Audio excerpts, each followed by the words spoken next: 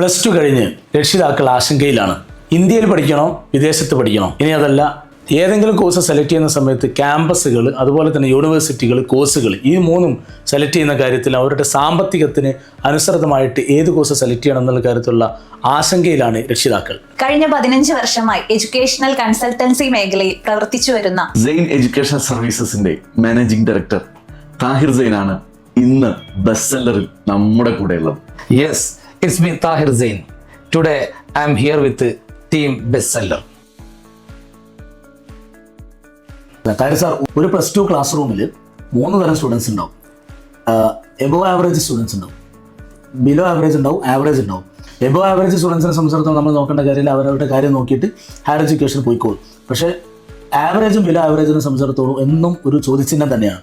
കേരളത്തിൽ തന്നെ അവർക്ക് പഠിക്കാനുള്ള ഓപ്ഷൻ ഉണ്ടോ ഇല്ല എന്നുള്ള കൺഫ്യൂഷനാണ്. അവർക്കുള്ള ഒരു സൊല്യൂഷനായിട്ട് എഡ്യൂക്കേഷൻ കൺസൾട്ടൻസി എന്നുള്ള രൂപത്തിൽ എന്താണ് പറയാനുള്ളത്? സാർ പറഞ്ഞത് വളരെ കൃത്യമാണ്.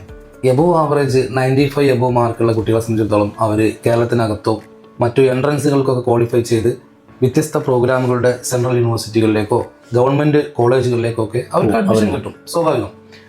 മറിച്ച് ഒരു 65 to 85% മാർക്കുള്ള കുട്ടികളെ സംബന്ധിച്ചിടത്തോളം ബയോസയൻസ് പഠിച്ച കുട്ടികളാണെങ്കിൽ അവരിൽ ഒത്തിരി പേർക്ക് പാരാമെഡിക്കൽ കോഴ്സുകൾ ഇഷ്ടമുണ്ടാവും. ഈ പാരാമെഡിക്കൽ പ്രോഗ്രാമുകൾ കേരളത്തിനകത്ത് ലിമിറ്റഡ് സീറ്റ്സ് ആണ്.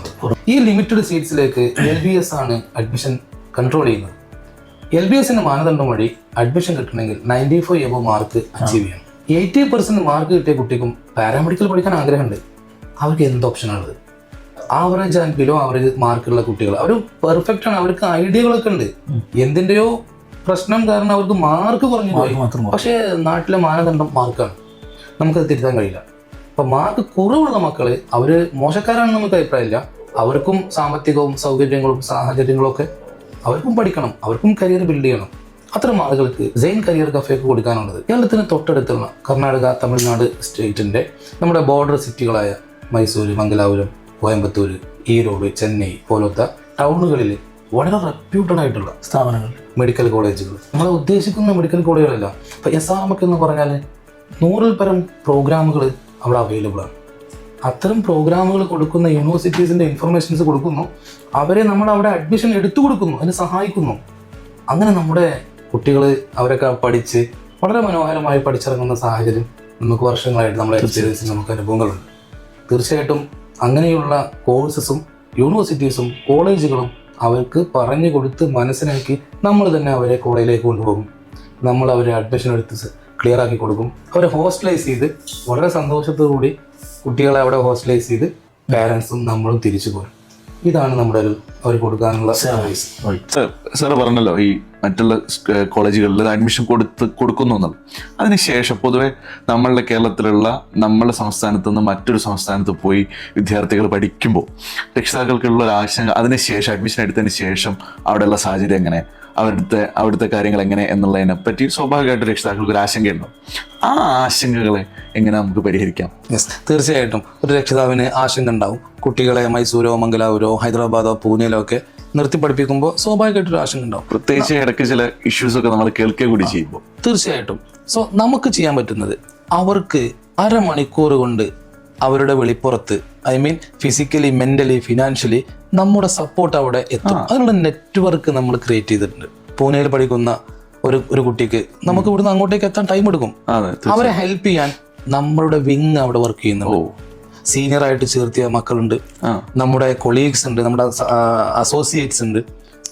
അങ്ങനെ നമുക്ക് ഏത് ടൗണിലാണെങ്കിലും വിളിച്ചാൽ ഉടനെ എത്താൻ പറ്റുന്ന വിധത്തിലുള്ള സർവീസ് പ്രൊവൈഡ് ചെയ്യാൻ പറ്റും. കൃത്യ ടീം എല്ലായിടത്തിലും സെറ്റായിട്ട് ടീം അവിടെ ഉണ്ട്. ഹൈദരാബാദിലാണെങ്കിൽ സെൻട്രൽ യൂണിവേഴ്സിറ്റീസിൽ നമ്മൾ റിക്രൂട്ട് ചെയ്ത നമ്മളെ സഹായത്താൽ അവിടെ എത്തിപ്പെട്ട മക്കളുണ്ട്. അവരെ അവിടെ ടീച്ച് ചെയ്യുന്ന നമ്മുടെ ഫ്രണ്ട് സർക്കിളിലുള്ള കുറേ അധ്യാപകരുണ്ട്. അവരൊക്കെ നമ്മൾക്ക് ഉപകരിക്കാൻ പറ്റും. നമുക്ക് കുറേ സെൻട്രൽ യൂണിവേഴ്സിറ്റീസിൽ എൻ്റെ കൂടെ പഠിച്ച ആളുകൾ അവിടെ പ്രൊഫസേഴ്സായിട്ട്, അസോസിയേറ്റ് പ്രൊഫസേഴ്സായിട്ട് പോലും വർക്ക് ചെയ്യുന്നുണ്ട്. അവരൊക്കെ നമ്മളെ അസോസിയേറ്റ്സ് ആണ്, നമ്മുടെ കൊളീഗ്സ് ആണ്, നമ്മുടെ സപ്പോർട്ടിങ് ആളുകളാണ്. അതന്നെയാണ് നമ്മുടെ ഒരു ക്വാളിറ്റി. കുട്ടികൾക്ക്, രക്ഷിതാക്കൾക്ക് ആ വിധത്തിൽ നമുക്ക് സഹായങ്ങൾ കൊടുക്കാൻ കഴിയും. എന്ത് ഇഷ്യൂസ് ഉണ്ടെങ്കിലും പേടിക്കേണ്ടെന്നുള്ളതാണ്. Never, nothing to worry. നമ്മൾ കൂടെ ഉണ്ടാവും.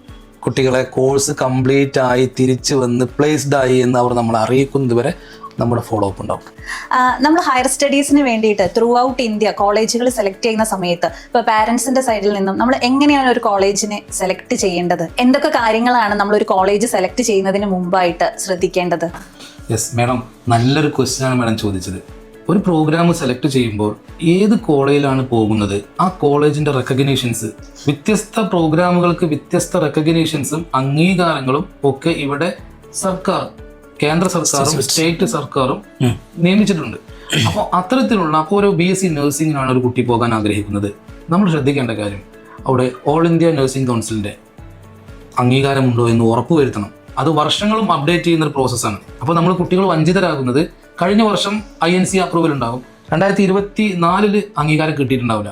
നമ്മൾ ശ്രദ്ധിക്കേണ്ടത് 2024 അംഗീകാരമുള്ള ലിസ്റ്റിൽ മെൻഷൻ ചെയ്തിട്ടുള്ള കോളേജാണെന്ന് ഉറപ്പുവരുത്തുന്നത്. അതോടൊപ്പം തന്നെ സ്റ്റേറ്റ് ഗവൺമെൻറ്റിൻ്റെ അംഗീകാരം, പിന്നെ ഏതേത് യൂണിവേഴ്സിറ്റിയാണോ ആ യൂണിവേഴ്സിറ്റിയുടെ അംഗീകാരം, ഇതൊക്കെ ഉറപ്പുവരുത്തിയിട്ടാണ് നമ്മൾ അവിടെ ജോയിൻ ചെയ്യാൻ പറ്റുള്ളൂ. ഇങ്ങനെ ഓരോ കോഴ്സസിനും ഓരോ അംഗീകാരങ്ങളുണ്ട്.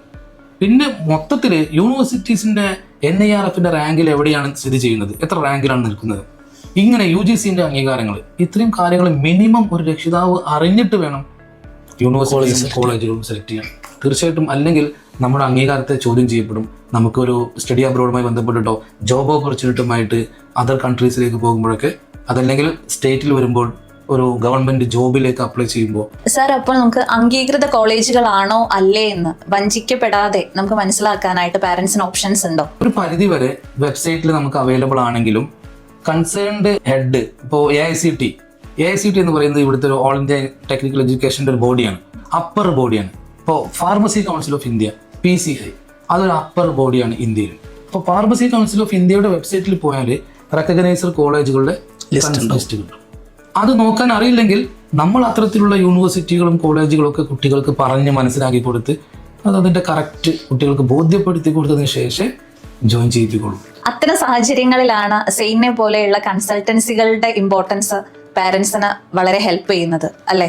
തീർച്ചയായിട്ടും. കാര്യം എല്ലാ രക്ഷിതാക്കൾക്കും ഇതിനെപ്പറ്റി അവയർനെസ് ഉണ്ടായിക്കൊള്ളണമെന്നില്ല. അവിടെയാണ് നമ്മളെപ്പോലുള്ള എഡ്യൂക്കേഷണൽ കൺസൾട്ടൻ്റായി പ്രവർത്തിക്കുന്ന ആളുകൾ, സ്പെഷ്യലി എന്നെ സംബന്ധിച്ചിടത്തോളം ഞങ്ങളുടെ സ്ഥാപനത്തിൽ ഞങ്ങളുടെ അസോസിയേറ്റ്സ് കുട്ടികൾക്കും രക്ഷിതാക്കൾക്കും ഇതിൻ്റെ ക്ലാരിറ്റി കൊടുക്കും.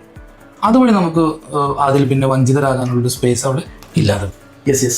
ലിസ്റ്റ് അതോടൊപ്പം തന്നെ വ്യത്യസ്ത സ്കോളർഷിപ്സിൻ്റെ അവയർനെസ് രക്ഷിതാക്കൾക്കും കുട്ടികൾക്കും കിട്ടാവുന്ന സോഴ്സസിൽ നിന്ന് കിട്ടുന്നതിനപ്പുറം നമ്മൾ ഇതിൻ്റെ പുറകെയാണ്.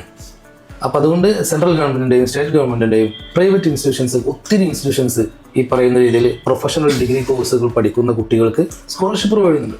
അതാത് സമയത്ത് ഇതിൻ്റെ അപ്ഡേഷൻസ് കുട്ടികൾക്ക് എത്തിച്ചു കൊടുത്ത് കുട്ടികൾക്ക് ആ ഒരു സ്കോളർഷിപ്പ് നേടിയെടുക്കാനുള്ള സംവിധാനങ്ങൾ കൊടുക്കാൻ നമ്മുടെ എക്സ്പേർട്സിന്, ഞങ്ങൾ ഒരു ഗ്രൂപ്പ് ഓഫ് ടീച്ചേഴ്സ് ആൻഡ് മെൻറ്റേഴ്സും ട്രെയിനേഴ്സും എന്ന ഗ്രൂപ്പാണ്. അപ്പോൾ അവർക്ക് ഞങ്ങളുടെ വിദ്യാർത്ഥികൾക്ക്, രക്ഷിതാക്കൾക്ക് ഇത് അപ്ഡേറ്റ് ചെയ്ത് കൊടുക്കാറുണ്ട്. അതുവഴി അവരൊക്കെ പഠിച്ച് സക്സസ് ആകുന്നുണ്ട്. അതുകൊണ്ട് നമ്മൾ മറ്റുള്ളവരിൽ നിന്ന് എന്തുകൊണ്ടും വ്യത്യസ്തരാണെന്ന് നമുക്ക് അവകാശപ്പെടാൻ തീർച്ചയായും കഴിയും. ഈ അബ്രോഡ് സ്റ്റഡിയെ പറ്റിയിട്ട്, അബ്രോഡ് സ്റ്റഡി വലിയൊരു ചാപ്റ്ററാണ്. കുട്ടികൾ അബ്രോഡ് സ്റ്റഡി തിരഞ്ഞെടുക്കാനുള്ള കാരണം അവിടെ പോപ്പുലേഷൻ കുറവാണ്. അപ്പോൾ എംപ്ലോയബിലിറ്റി അവിടെ കൂടും, അതൊരു പോസിറ്റീവാണ്. പിന്നെ മറ്റു രാജ്യങ്ങളിലേക്ക് മൈഗ്രേറ്റ് ചെയ്യുക എന്ന് പറയുന്നത് തീർച്ചയായിട്ടും ഏത് ഒരു വിദ്യാർത്ഥിയെ സംബന്ധിച്ചിടത്തോളം പോസിറ്റീവാണ്. അപ്പോൾ നമുക്ക് സാമ്പത്തിക നേട്ടം ഉണ്ടാക്കാനും ഒരു കൾച്ചർ ബിൽഡ് ചെയ്യാനും ഒരു മൈഗ്രേഷനും അതൊക്കെ കണക്കാക്കിയിട്ടാണ് കുട്ടികൾ. ഇന്ന് നമ്മൾ ഒത്തിരി വിദ്യാർത്ഥികളെ കാനഡ, UK, ഓസ്ട്രേലിയ പോലത്തെ ജർമ്മനിയിലേക്കൊക്കെ പോകണമെങ്കിൽ ജർമ്മൻ ലാംഗ്വേജ് പഠിക്കണം എന്നുള്ളൊരു തെറ്റിദ്ധാരണ എന്ന് പറയാം. IELTS പോലത്തെ ഇംഗ്ലീഷ് ലാംഗ്വേജിൻ്റെ ടെസ്റ്റുള്ള ആളുകൾക്കും അവിടെ മാനേജ്മെൻറ്റ്, മറ്റു സോഷ്യൽ വർക്ക് പോലത്തെ പ്രോഗ്രാമുകളിലേക്ക് മൈഗ്രേറ്റ് ചെയ്യാൻ പറ്റും. പെട്ടെന്ന് ഇപ്പോൾ നമ്മുടെ ഒരു ഭാര്യ പഠിക്കാൻ പോകാൻ സപ്പോസ് വിചാരിക്കുക, അവൾ അവിടെ പോയി സെറ്റിലായി സ്പോക്സിന് കൊണ്ടുപോകാനുള്ള ഈസി ടു ഓപ്ഷൻ തീർച്ചയായിട്ടും നമുക്കുണ്ട്. കുട്ടികൾക്ക് വളരെ വിശാലമായ ഓപ്പർച്യൂണിറ്റീസാണ് ഇന്നിവിടെ അവൈലബിൾ ആയിട്ടുള്ളത്. അപ്പോൾ നമ്മൾ ഏതൊക്കെ ടെസ്റ്റുകളാണ്, ഏതൊക്കെ വിധത്തിലുള്ള ഫോറിൻ സ്കോളർഷിപ്സ് ആണ് മറ്റു രാജ്യങ്ങളിലേക്ക് മൈഗ്രേറ്റ് ചെയ്യുമ്പോൾ കുട്ടികൾക്ക് അവൈലബിൾ ആയിട്ടുള്ളത് എന്നും പറഞ്ഞു കൊടുക്കും. വളരെ സിമ്പിളായിട്ട് പറയുകയാണെങ്കിൽ ഒരു 1.5 ലക്ഷം ഉറുപ്പിക ഉണ്ടെങ്കിൽ കുട്ടികൾക്ക് ജർമ്മനിലെത്താം. വളരെ സിമ്പിളാണ്. അറിയില്ല, യൂറോപ്യൻ കൺട്രീസിലേക്ക് മൈഗ്രേറ്റ് ചെയ്യണമെങ്കിൽ വളരെ സിമ്പിളായിട്ട് UK പോകാൻ സാമ്പത്തികം കൂടും. പക്ഷേ യൂറോപ്യൻ കൺട്രിയിലേക്ക് പോയാലും അവർക്ക് സേവിങ്സും ഏണിങ്സും ഒക്കെ സാധ്യമാണ്. അതൊക്കെ പിന്നീട് നമുക്ക് വേറെ ചർച്ച ചെയ്യാം.